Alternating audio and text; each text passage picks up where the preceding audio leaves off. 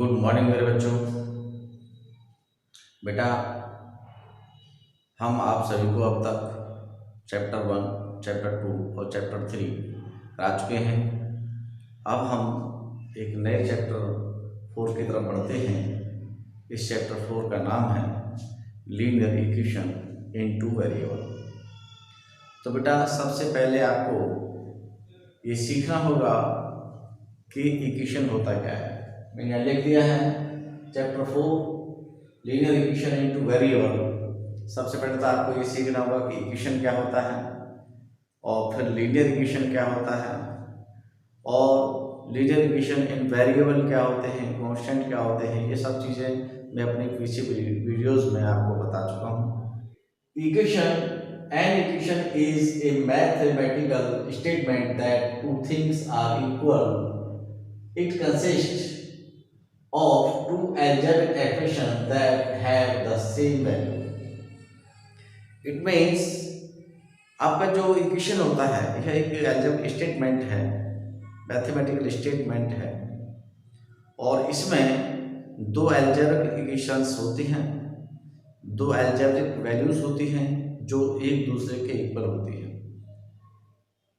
हम ऐसे भी कह सकते हैं कि इसमें दो एक्सप्रेशंस होते हैं जो एक दूसरे के इक्वल होते हैं। मैं एक एग्जाम्पल के लिए लिख रहा हूँ 7x + 10 = 50। अब इसमें एक एक्सप्रेशन इधर है, एक एक्सप्रेशन इधर है, दोनों एक्सप्रेशन एक दूसरे के इक्वल हैं, तो ये आपका अलजेब्रिक इक्वेशन हो गया। और is an equation are two expression separated by an equal से दो पार्ट होते हैं इसके, तो इसलिए आप इसे ढंग से समझें। इसमें हमेशा एक लेफ्ट हैंड साइड होता है, एक राइट हैंड साइड होता है। इज इक्वल टू के लेफ्ट साइड में लेफ्ट हैंड साइड होता है, और इज इक्वल टू के राइट साइड में राइट हैंड साइड होता है। आप यहाँ देखें, फिर लीनियर इक्वेशन क्या होता है बेटा, हमने आपको पहले पॉलिनोमियल पढ़ाया था, पॉलिनोमियल में भी लीनियर पॉलिनोमियल से गया था। अब ऐसे इक्वेशन है। इक्वेशन का मतलब होता है कि एक ऐसा इक्वेशन जिसकी डिग्री 1 होती है, हम उसे इक्वेशन कहते हैं। मैंने यहाँ लिख भी दिया है an equation which have 1 degree of equation is called linear equation. मैंने एग्जांपल्स लिख दिए हैं। देखिए यहाँ पे पावर 1 है, यानी कि जिसकी पावर 1 होती है, जिसकी हाईएस्ट पावर 1 होती है वह लीनियर इक्वेशन होता है। यहाँ पे हाईएस्ट पावर 1 है, इसलिए इन्हें हम लीनियर इक्वेशन कहेंगे। अब ध्यान से देखिए, यहाँ पर मैंने सिर्फ एक वेरिएबल x लिया है, यहाँ पर 2 वेरिएबल x और y लिए हैं, यहाँ पर 3 वेरिएबल x, y और z लिए हैं। और इससे लेकिन आप जो पढ़ने वाले हैं आज केवल 2 वेरिएबल वाले पढ़ेंगे, यानी इस टाइप के इक्वेशंस आज आप पढ़ेंगे जिसमें 2 वेरिएबल आते हैं। स्टैंडर्ड फॉर्म ऑफ इक्वेशन या हम कह सकते हैं standard form of linear equation. Linear equation की स्टैंडर्ड फॉर्म अभी अलग अलग होगी। Linear equation in one variable की स्टैंडर्ड फॉर्म क्या होगी, तो ax + b = 0, जिसमें x वेरिएबल है, a और b आपके रियल नंबर्स हैं। और लीनियर इक्वेशन इन 2 वेरिएबल, इसमें 2 वेरिएबल होंगे, यानी कि ax + by + c = 0, where a, b and c are real numbers, और x और y यहाँ पर वेरिएबल होंगे। अब हम स्टार्ट करेंगे आपकी एक्सरसाइज 4.1। आप क्वेश्चन नंबर 1 को देखें। क्वेश्चन नंबर 1 में लिखा हुआ है the cost of notebook is twice the cost of a pen. Right the linear equation in 2 variables to represent this statement. केवल इस स्टेटमेंट को इक्वेशन के द्वारा रिप्रेजेंट करना है। तो हम ऐड कर लेते हैं कि the cost of a notebook x रुपये मान लेते हैं, and the cost of a pen y रुपये मान लेते हैं। क्वेश्चन में क्या कहा है उसको दोबारा पढ़ लेते हैं। The cost of a notebook, तो लिख लेते हैं the cost of a notebook. Is का मतलब इज इक्वल टू हो गया, ट्वाइस का मतलब 2 हो गया, the cost of a pen, the cost of a pen. अब आप यहाँ पे देखें, हमने कॉस्ट ऑफ ए नोटबुक क्या माना है, x माना है, तो यहाँ x लिख देंगे, is equal to 2 multiply the cost of a pen क्या माना है, y लिख देंगे, ये हो जाएगा x is equal to 2y, या फिर ऐसे कह दो x - 2y is equal to 0। यही आपका आंसर हो जाएगा। बेटा एक्सरसाइज 4.1 का दूसरा क्वेश्चन क्या है, आप इसे भी समझ लीजिए। इसमें लिखा है express the following linear equation in the form ax + by + c = 0 and indicate the value of A, B and C in each case। अब आपसे समझिए, इसमें एक पार्ट दे रखे हैं, जैसे इसमें पहले पार्ट को यहाँ लिख रहा हूँ और इसमें लिखा हुआ 2x + 3y = 9.35। 5 के ऊपर बार लगा हुआ है। आपसे ध्यान से देखिए, हमें इसे लिखना है इस फॉर्म में। 5 के ऊपर बार भी लगा हुआ है। अब पहले से इक्वल टू 0 कर लीजिए, तो 2x + 3y - 9.35 = 0 हो जाएगा। अब इसे कंपेयर करेंगे, compare by ax + by + c = 0।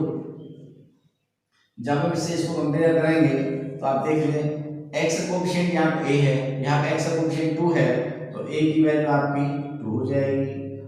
यहाँ पे y का कोएफिशिएंट b है, यहाँ पे y का कोएफिशिएंट 3 है, तो आपकी b की वैल्यू 3 हो जाएगी। और c की वैल्यू आप देख पा रहे होंगे -9.35। 5 के ऊपर बार लगा हुआ है। इस तरह से आपका ये कंप्लीट हो गया। अब आप सेकंड पार्ट भी देख सकते हैं। सेकंड पार्ट में क्या है, x - y/5 - 10 = 0। ये ऑलरेडी आपका ax + by + c = 0 की फॉर्म में है। अब हमें केवल डायरेक्ट कंपेयर करना है, कंपेयर ax + by + c = 0 से कंपेयर करेंगे तो आप देखें x का कोएफिशिएंट a है, यहाँ पे x का कोएफिशिएंट 1 मान लेते हैं इसको, तो a की वैल्यू हो जाएगी आपकी 1।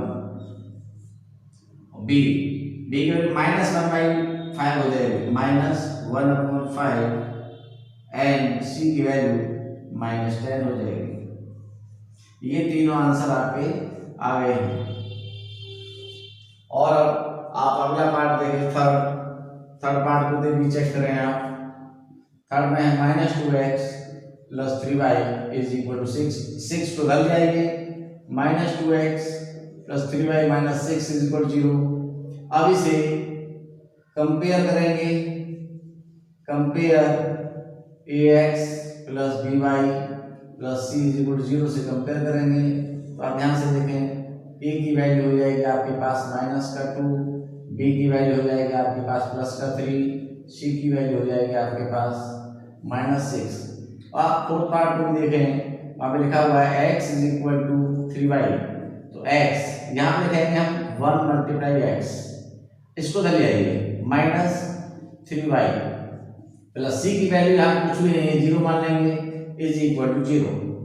अब हम कंपेयर करेंगे ax + by + c = 0 से जब हम कंपेयर करेंगे तो आप ध्यान से देखें, बाय कंपेयरिंग